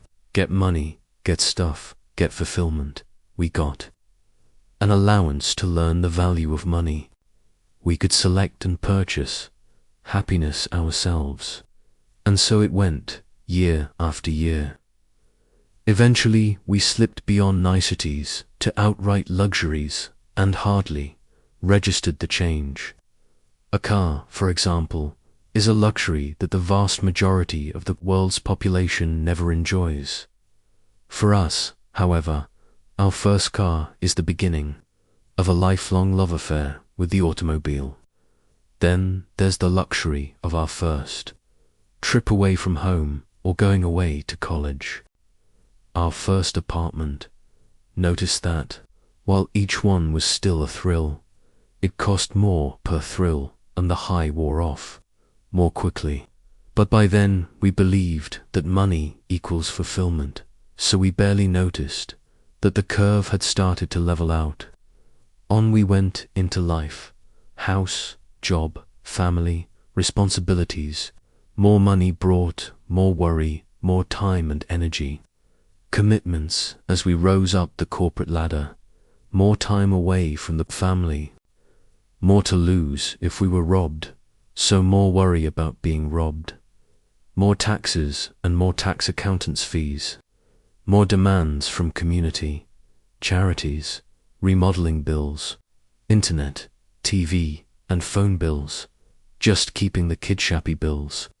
Until one day we found ourselves sitting, unfulfilled, in our big home on 2.5 wooded acres, with a 3-car garage and expensive exercise equipment in the basement, yearning for the life we had as poor college students who could find joy in a walk in the park. We hit a fulfillment ceiling and never recognized that the formula of money equals fulfillment not only had stopped working, but had started to work against us. No matter how much we bought, the fulfillment curve kept heading down. Enough, the peak of the curve. There's a very interesting place on this. Graffits the peak. Part of the secret to life, it would seem, comes from identifying for yourself that point of maximum fulfillment. There is a name for this peak of the fulfillment curve, and provides the basis for transforming your relationship with money. It's a word we use every day, yet we are practically incapable of recognizing it when it's staring us in the face. The word is enough. At the peak of the fulfillment curve, we have enough necessities for our survival, enough niceties for our comforts and pleasures, and even enough little luxuries. We have everything we need. There's nothing extra to weigh us down, distract or distress us. Nothing we've bought on credit, have never used, and are slaving to pay off. Enough is a fearless place, a trusting place, an honest and self-observant place. Clutter, a fate worse than dearth. So what's all that stuff beyond, enough beyond the peak, where the fulfillment curve begins to go down? Clutter, that's what. Clutter is anything that is excess for you. It's whatever you have that doesn't serve you, yet takes up space in your world. To let go of clutter, then, is not dearth lack, it's lightening up and opening up space for something new to happen. As self-evident as these ideas may be, many people experience a subtle or not so subtle resistance to letting them in. This is why downscaling, frugality, and thrift sound like deprivation, lack, and need. On the contrary, enough is a wide and stable plateau. It is a place of alertness, creativity, and freedom. From this place, being suffocated under a mountain of clutter that must be stored, cleaned, moved, gotten rid of, and paid for on time is a fate worse than dearth. Stations of the crass. What creates clutter? The fulfillment curve strongly suggests that most clutter enters our lives through the more is better door. It comes from the disease of materialism, of looking for inner fulfillment in outer possessions. It comes from the early programming that discomfort can be alleviated by something external. A baby bottle, a blanket, a bicycle, a BA, a BMW, or, eventually, another kind of bottle. It also comes from unconscious habit. Take Gazingas pins. A Gazingas pin is any item that you just can't pass by without buying. Everybody has them. They run the gamut from earbuds and tiny screwdrivers to shoes, pens, and chocolate. Kisses. So there you are, in the mall or online, a shopping robot on your weekly tour of the stations of the cross.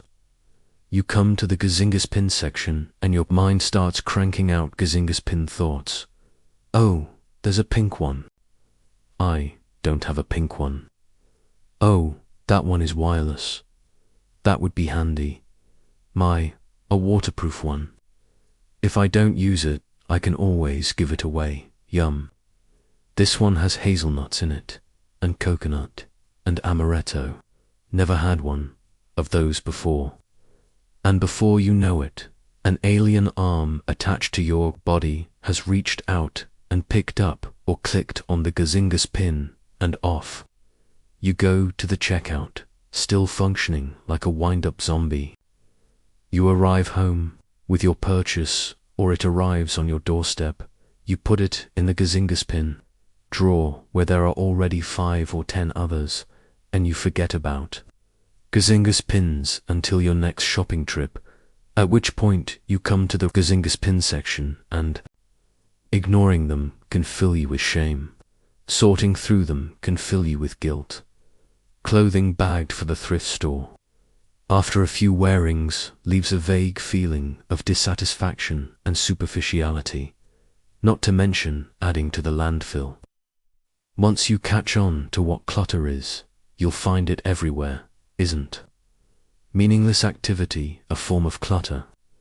How many of the power lunches, cocktail parties, social events, and long evenings glued to your screens have been clutter? Activities that add nothing positive to your life. What about disorganized days, full of busyness with no sense of accomplishment? And what about tasks on your to-do list that never get done? Stumbling over them week in, week out on your list is like the frustration of navigating the perennial magazines and kids' toys that litter some people's living rooms. There are cluttered motives, such as when we are of many minds about everything from public policy to personal decisions. Unplanned errands are often time clutter, running to the store twice a day for items forgotten on your weekly shopping trip. Hobbies are clutter intensive when the ratio of what you have to what you use climbs, like the photography buffs with suitcases full of lenses and filters who get their best shots with a smartphone. All of that is clutter. Elements in your environment that don't serve you yet take up space. As your awareness of clutter deepens, you'll be inspired to sprinkling your whole life. The urge to purge, in fact, runs deep in the American psyche as well. From the Puritans to Thoreau, the Quakers, and authors like Dwayne, Elgin, and Cecile Andrews, simple living has arisen again and again to balance the excesses of our capitalist system. Now it's called minimalism or tidying up. We call it enough because there is no particular, specific thing that is enough, which means it's up to you. It's not less is more. It's not one perfect daisy in a vase on a spotless dresser with sun pouring through the window. It's not torn jeans or a little black dress. It's not that one perfect chef's knife alone in a drawer. It's the Goldilocks feeling of just rightness you recognize as you approach having enough of everything you want and need, but nothing in excess. Everyone's enough looks different. One person's treasure is another person's trash. As you follow the 9 steps outlined in this book, you will develop your own personal definition of clutter and will slowly, painlessly, even joyfully rid yourself of it. The first step will be to ask, how did it all get here? And what is it worth to me now?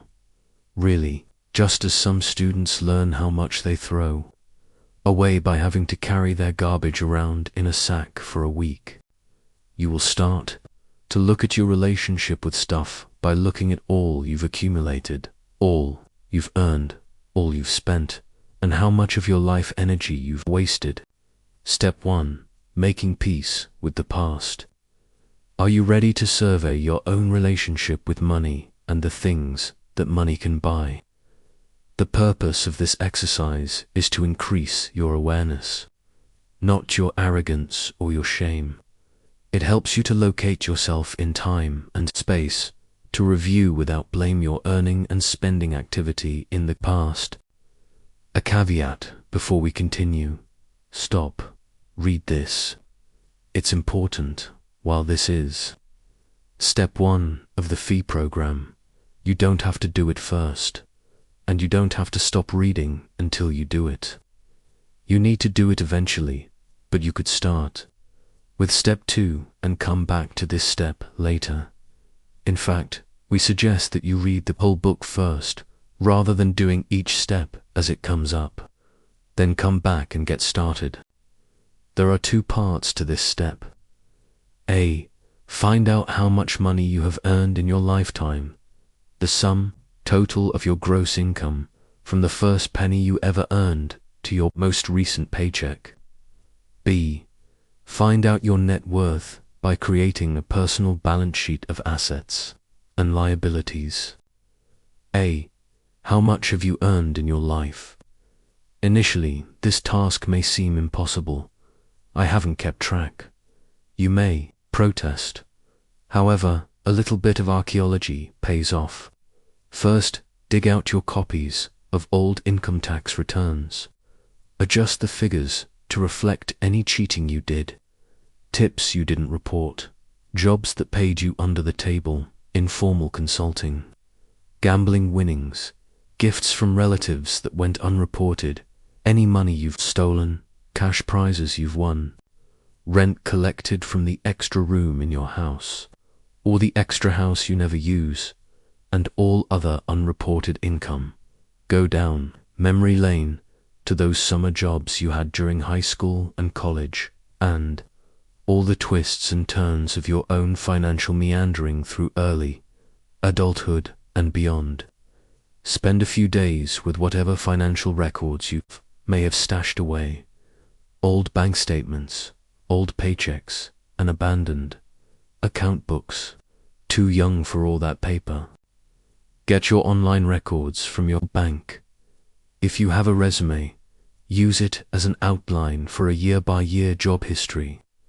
Tell the truth about those 3 years you glossed over as further career. Training. What odd jobs did you have, and how much did you earn picking? Apples, house-sitting, or lifeguarding. If you live in the United States and have been a salaried employee your entire working life, the Social Security Administration has also kept a record. Contact your local or state office or the national one and apply for a Social Security statement which details your lifetime earnings. If you're having a tough time hunting down the specifics, estimate as best you can. The object is to get as accurate and honest a figure as possible for the total amount of money that has entered your life. The value of step 1. This step is useful in several ways. 1. It clears the fog shrouding your past relationship with money. Most people have no idea how much money has entered their lives, and therefore no idea how much money could enter their lives. 2. It eradicates such myths and false self-concepts as I can't earn very much. Money and even I don't have to worry. I can always earn lots of money, often said by individuals being supported by someone else. If you are one of the many who grossly underestimate how much money has entered their lives, this step can be amazingly powerful. You are worth more than you thought in dollars and cents, and possibly other ways too. 3. It gets you to ground zero, enabling you to begin the financial program with a clear head and confidence in your wage-earning ability. 4. It allows you to see and let go of any skeletons from the past you may have in your closet, secrets or lies that may be distorting your current relationship with money.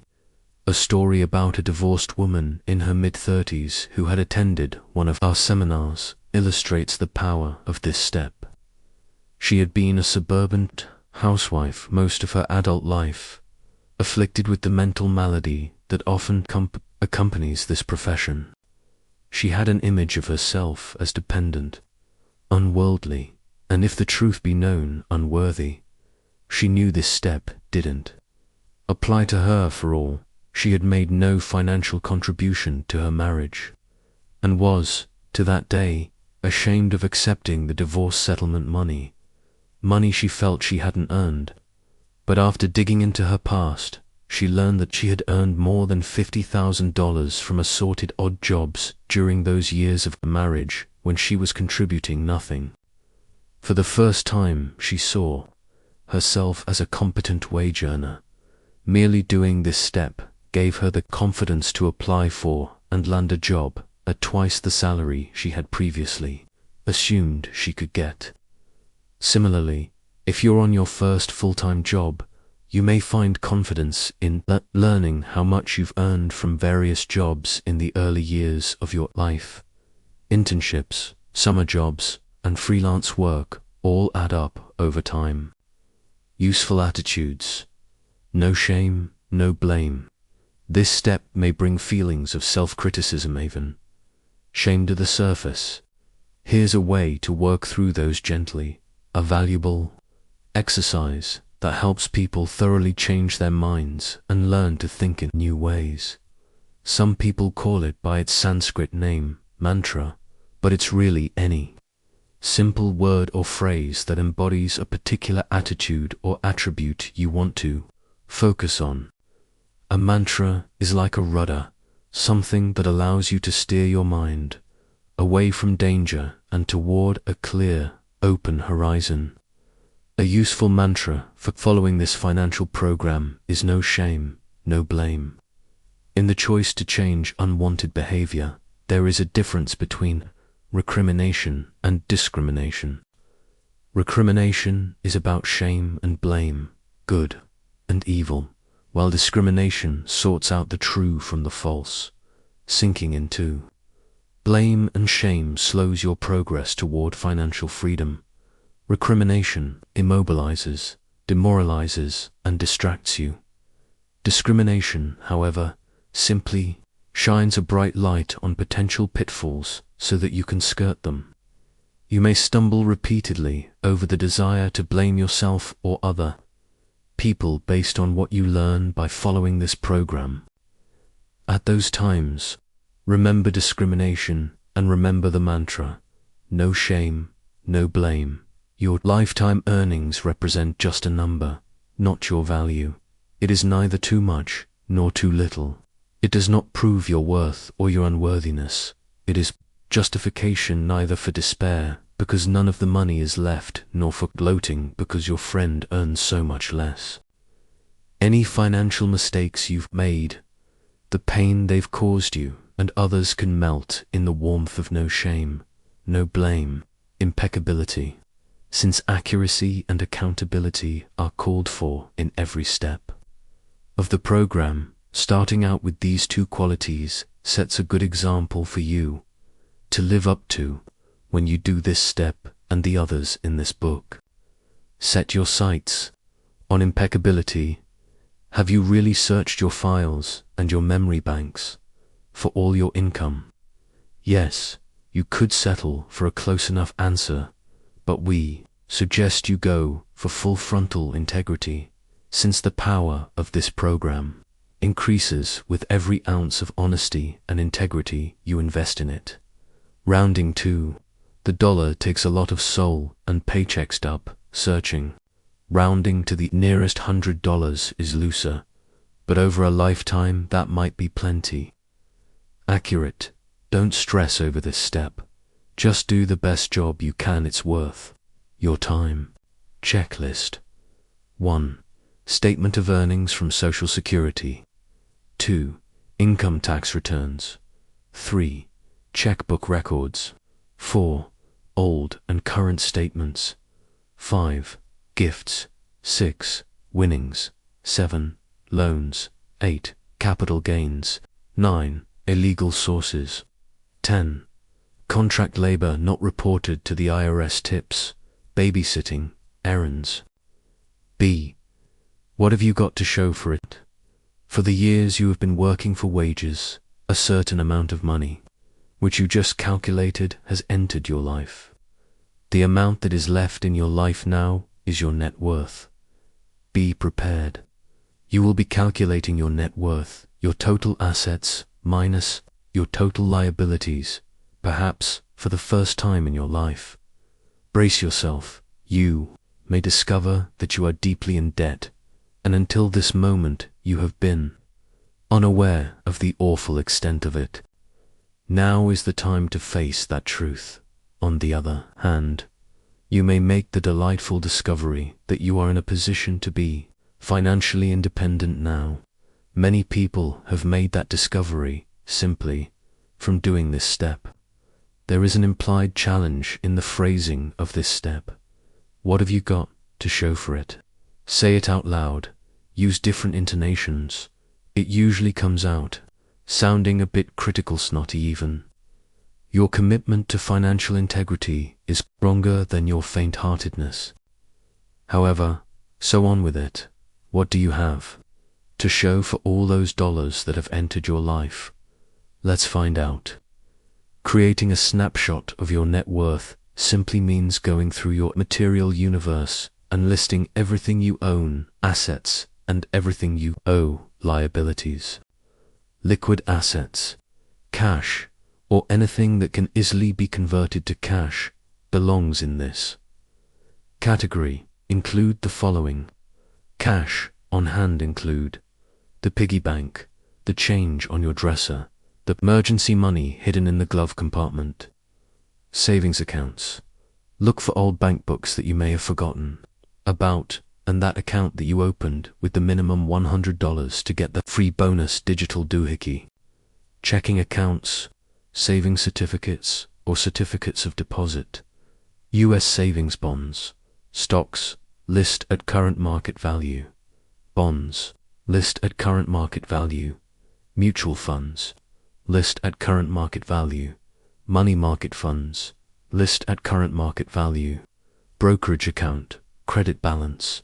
Life insurance, cash value. Fixed assets. In listing these, start with the obvious. The market value of your major possessions, for example, your house, your car or cars. Contact a real estate agent or search online for the current market value of your house. Consult the Blue Book for the going price on the make, model, and year of your car. Go through your attic, basement, garage, and storage shed. Itemize everything worth more than $1. Without subjective evaluations like that's worthless. Have fortitude. This process alone has been the salvation of several inveterate pack rats, tinkerers, and collectors with garages full of real treasures. If you don't do it now, realize that someone you love will have to do it after you are gone. If your storage area really is piled floor to ceiling with the accumulation of a lifetime, you might want to leave it until last, so you don't get overwhelmed. Go through every room and inventory everything. Look up at those decorative light fixtures. Look down at that rug. How about the nice walnut shelves you put in a few years ago, and those Native American artifacts? What about that custom-built computer? Confront your clutter squarely. Be thorough, but not irrational. That is, not every knife, spoon, and fork has to be listed individually, but do list separately that expensive rosewood-handled carving set with the mahogany case and the 2 sets of dishes that are still in their boxes. Give an approximate cash value to everything you own. That means current cash value, what you could get for each item at a consignment shop or garage sale, or via online auction or classified ad sites. For help in pricing your possessions, look at online auction or classified listings, or the for sale section in your local newspaper. Get your more valuable personal or household items appraised. Don't ignore anything. One person's useless junk is another's precious antique. Just because you don't value an item doesn't mean it has no value. Don't overlook debts owed to you, at least those you can reasonably expect to collect. Include security deposits on utilities, phone or house or apartment rental. Any material that can be converted into cash should be listed. You are playing the role of appraiser for your own estate. Let it be an enjoyable exercise. You needn't sell any of it if you don't choose to, so don't let sentimentality deter you from your inventory. In fact, don't allow any emotions to waylay you. Don't let grief dissuade you from assigning a cash value to the power tools your husband left behind, or the flat-screen TV your roommate left when he or she moved out. Don't let embarrassment about your compulsive spending discourage you from pricing the 20 pairs of shoes sitting unworn in your closet. Don't let guilt keep you from cataloging all the exercise paraphernalia you bought and have never used. Instead, rejoice. You are finally discovering the real value of that stationary bicycle and set of free weights. Not the pounds you'll lose, but the price they'll command at a garage sale. While some people can knock this exercise out in a day or two, one woman took 3 months to do her inventory. She went through every box, looked at every photo, and opened every drawer and cupboard, not only listing the items, but recalling how and why each had come into her life. The process led her into a deep experience of gratitude for what she already had. So much dissatisfaction comes from focusing on what we don't have, that the simple exercise of acknowledging and valuing what we do have can transform our outlook indeed. Some people would say that once we're above the survival level, the difference between prosperity and poverty lies simply in our degree of gratitude. Liabilities. This category includes all your debts, whether payable in money, goods, or service is everything you owe, from loans to bills outstanding. If you list as an asset the current market value of your house, include as a liability the balance owed on it. Do the same with the balance on your car. Payments. Don't forget to include bank loans or loans from friends, credit card debts, student loans, and unpaid medical and dental bills. Net worth.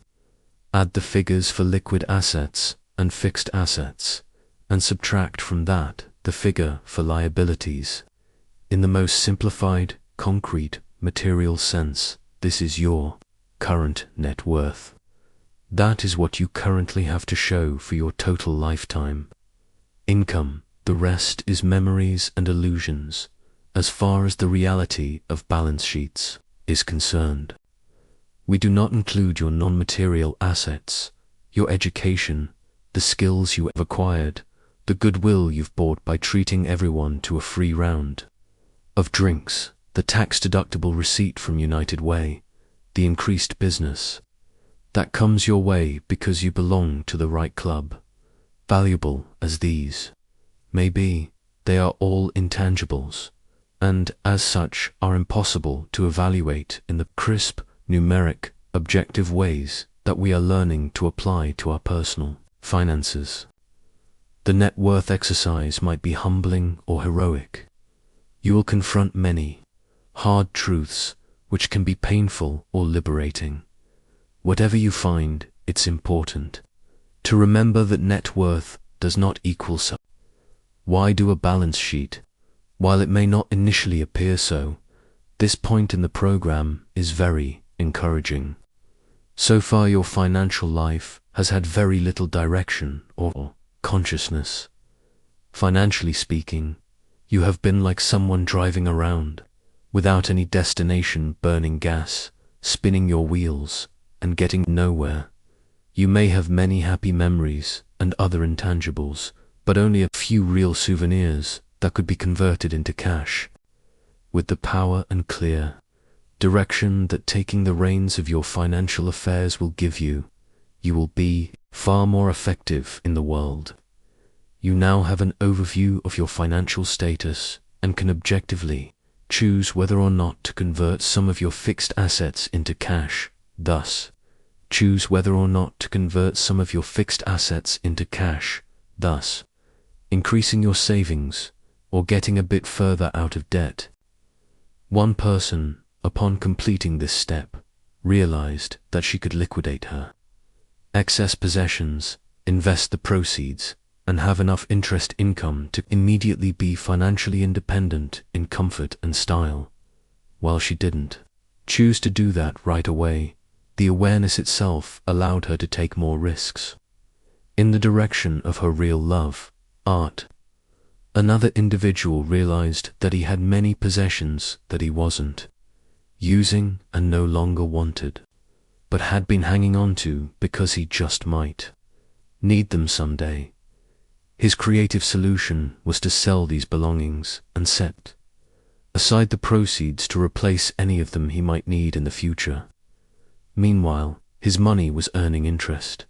His life became simpler, and someone who really needed those items was getting use out of them. And remember, no shame, no blame in creating your balance sheet. Many feelings associated with your material universe may arise: sadness, grief, nostalgia, hope, guilt, shame, embarrassment, anger. A dispassionate and compassionate attitude can go a long way toward making this step truly enlightening, that is, able to lighten the physical and emotional loads you've been toting around for so many years. Summary of Step 1. A. Find out how much money you have earned in your lifetime. B. Create a balance sheet of your assets and liabilities. What do you have to show for the money you've earned? Money talk, questions. It can be surprising, exciting, and even a bit disturbing to discover that you have a relationship with money made up of beliefs, assumptions, experiences, admonitions, and perhaps reactions to your parents or culture. Money talks are a perfect way to learn about how others were shaped by their past and what unconscious rules and stories guide us to this day.